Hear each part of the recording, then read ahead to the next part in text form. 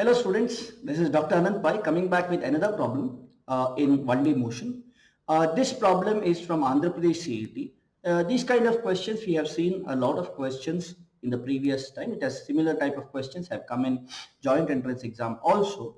But the ways are different. So we will do an extensive number of questions so that whatever question comes we can answer, right? So let us see this question. The question goes something like this. The relationship between time t and the displacement x is given by t is equal to alpha x square plus beta x, where alpha and beta are constants. If v is the velocity, the retardation is. Let us look at it.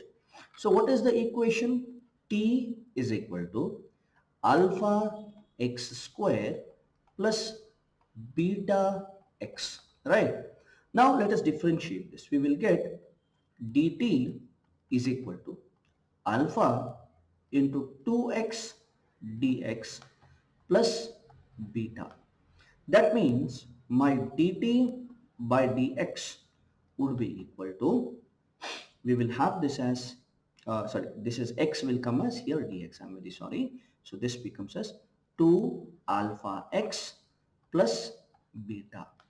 It means my velocity, which is dx by dt, is 1 by dt by dx, which is equal to 1 by 2 alpha x plus beta. Now what we need acceleration. So acceleration is d square x by dt square, or this is equal to dv by dt, right?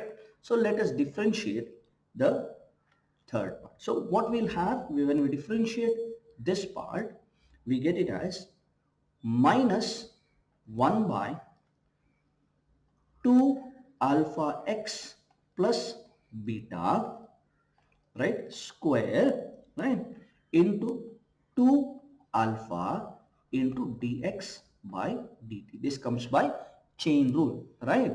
So this comes as equal to minus 1 by 2 alpha x plus beta the whole square into 2 alpha into dx by dt is nothing but velocity, and also 1 by 2x square is nothing but 1 by 2 alpha x plus beta the whole square here, right? This one is this way, right? Into alpha into v, and this particular thing inside the bracket is nothing but velocity square, and then you have alpha, right? And then here I have missed this 2, I'm sorry. Here we have a 2 here, this we have missed here. So here it would be into 2 into v. Together it comes as minus 2 alpha into v cube.